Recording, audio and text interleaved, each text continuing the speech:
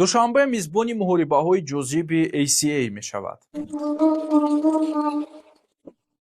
ACA 209 мусобиқаест, ки моҳи октябри соли равон дар пойтахти Тоҷикистон баргузор мешавад.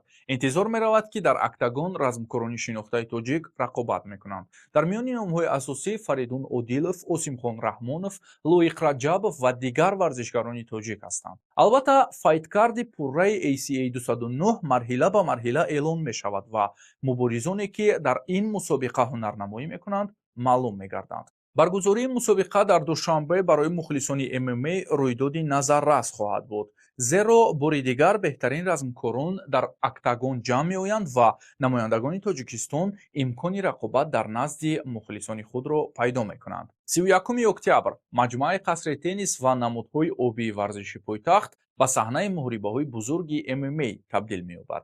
шумо кадом размкорамонро дар рақобатҳо дидан мехоҳед?